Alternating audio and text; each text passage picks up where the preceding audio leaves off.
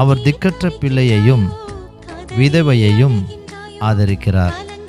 146 சங்கீதம் 9 வசனம்.